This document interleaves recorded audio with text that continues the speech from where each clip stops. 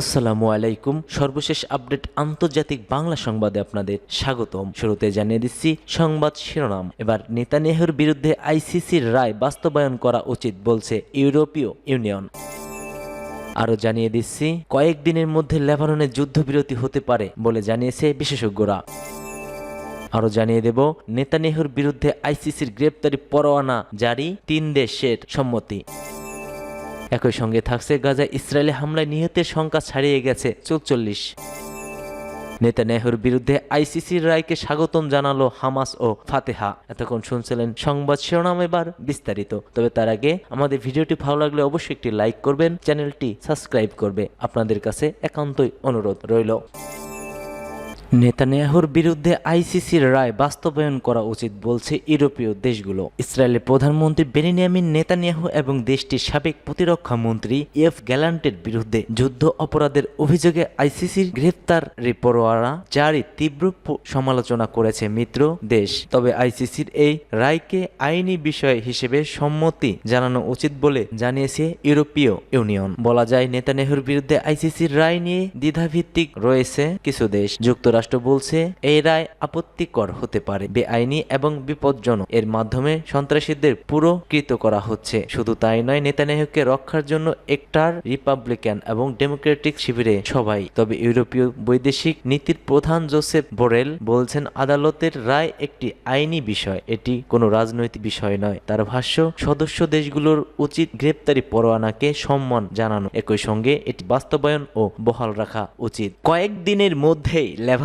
যুদ্ধবিরতি হতে পারে। লেবাননে ইসরায়েলের যুদ্ধবিরতি চুক্তিতে পৌঁছানোর যথেষ্ট সম্ভাবনা রয়েছে জানিয়েছে ইসরায়েল। একজন ঊর্ধ্বতন ইসরায়েলি প্রতিরক্ষা কর্মকর্তা সাংবাদিকদের একথা জানান। তিনি বলেন, অচিরেই চুক্তি স্বাক্ষরিত হবে। মার্কিন সমর্থিত এই চুক্তির ফলে সীমান্ত ঘেঁষা অঞ্চল থেকে ধীরে ধীরে লিতানি নদীর উত্তরে চলে যাবে হিজবুল্লাহ। একই সঙ্গে লেবাননের সেনাবাহিনী দক্ষিণ লেবাননের দায়িত্ব পুনরায় গ্রহণ করবে। এক প্রতিবেদনে এ খবর দিয়েছে টাইমস অফ ইসরায়েল। মার্কিন বিশেষ দূত আমোস হোস্টাইনস বৃহস্পতিবার ইসরায়েলের প্রধানমন্ত্রী বেনিয়ামিন নেতানিয়াহু এবং প্রতিরক্ষা মন্ত্রী ইসরায়েলি কাতস প্রতিরক্ষা বাহিনী IDF chief of staff lieutenant general Herzi হ্যালেভির সাথে যুদ্ধবিরতি নিয়ে আলোচনা করেছেন। হোস্টাইন সাম্প্রতিক দিনগুলোতে লেবাননের পক্ষের সাথে বৈঠক করেছেন এবং বলছেন যুদ্ধবিরতি নিয়ে যথেষ্ট আগ্রহী হয়েছে তারা। সম্ভাব্য যুদ্ধবিরতি অনুসারে লেবাননের সেনাবাহিনী হিজবুল্লাহকে দক্ষিণ লেবাননে নিজেদের পুনঃপ্রতিষ্ঠিত করা থেকে বিরত রাখার জন্য দায়ী থাকবে। প্রতিরক্ষা কর্মকর্তারা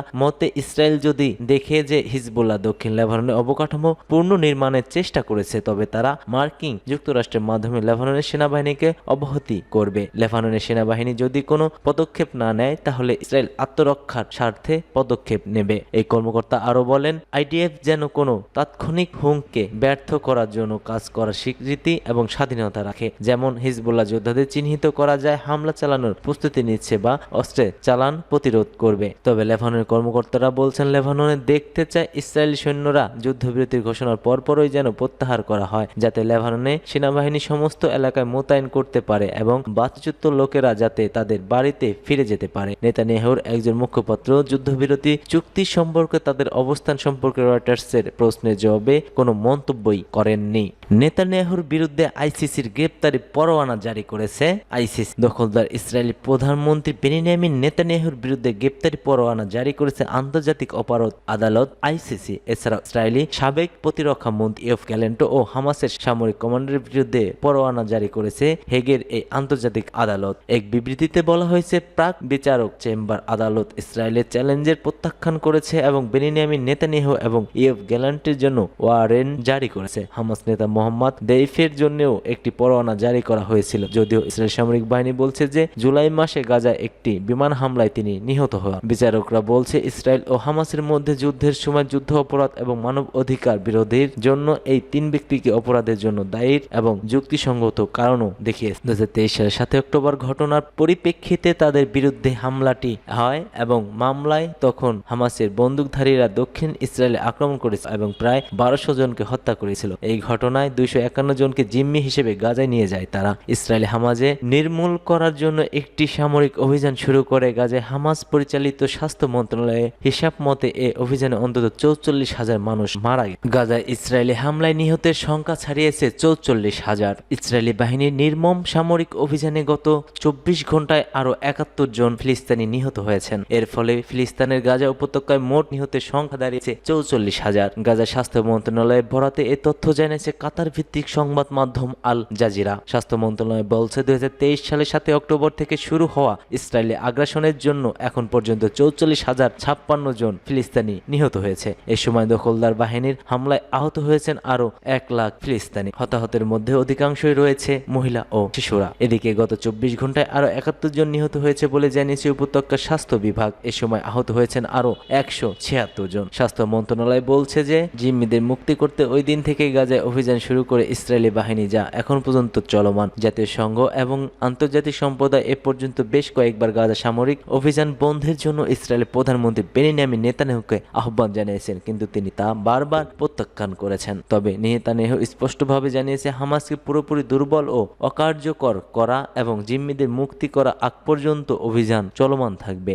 নেতানিয়াহুর বিরুদ্ধে আইসিসির রায়কে স্বাগতম জানিয়েছে হামাস ও ফাতেহ। ফিলিস্তিনি কর্তৃপক্ষ পিএ এবং প্রতিরোধ আন্দোলন হামাস উভয়ই গাজায় যুদ্ধ অপরাধের অভিযোগে ইসরায়েলি প্রধানমন্ত্রী বেনিয়ামিন নেতানিয়াহু এবং সাবেক প্রতিরক্ষা মন্ত্রী ইয়োভ গ্যালান্টের বিরুদ্ধে আন্তর্জাতিক অপরাধ আদালতের গ্রেপ্তারি পরোয়ানাকে স্বাগতম জানিয়েছেন। ফিলিস্তিনি কর্তৃপক্ষ মূলত প্রেসিডেন্ট মাসুদ আব্বাসের ফাতাহ হাসান শাসন করে, আর গাজা উপত্যকার শাসক গোষ্ঠী হামাস। ফিলিস্তিনি কর্তৃপক্ষ সরকারি বার্তা সংস্থা ওয়ারফার এক প্রতিবেদনে বলা হয়েছে, নেতানিয়াহু এবং সাবেক প্রধানমন্ত্রী এফ গ্যালান্টের বিরুদ্ধে পরোয়ানা জারি করার সিদ্ধান্তকে স্বাগতম জানাচ্ছেন ফিলিস্তিনি কর্তৃপক্ষ।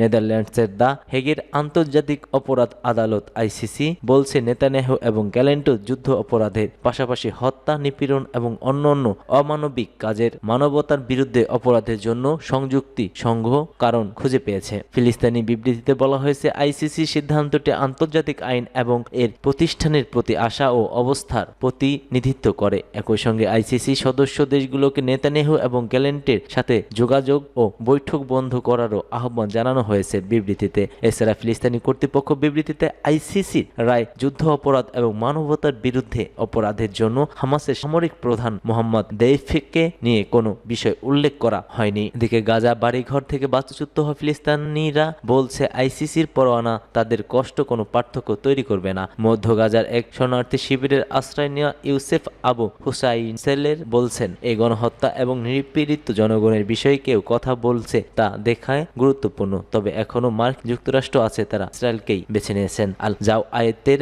একই ক্যাম্পে অবস্থান করা হামাস হাসান বলছেন, তিনি নিশ্চিত এই সিদ্ধান্ত কার্যকর করা হবে না, কারণ ফিলিস্তিনির কারণের পক্ষে কোনো সিদ্ধান্ত কার্যকর এখন পর্যন্ত হয়নি।